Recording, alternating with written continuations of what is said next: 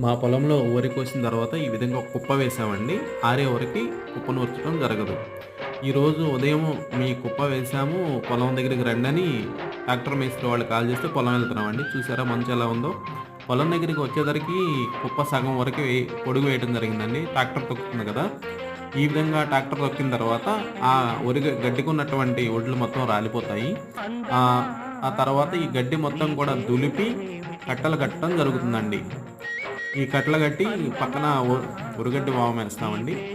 ఆ తర్వాత ఈ యొక్క ఒడ్డు మొత్తాన్ని కూడా ఈ విధంగా ఒక పట్టా మీదకి లాగి ఒక కుప్పగా వేసి పోత పోస్తారండి. ఈ విధంగా మనుషులు లేదా మిషన్స్‌తో పోత పోయడం జరుగుతుందండి.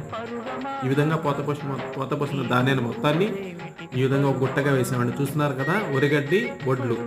ఈరోజు వడ్లు మిల్లుకు తోలతం కుదరలేదు. అందుకే నైట్ కాపలాకి వచ్చామండి.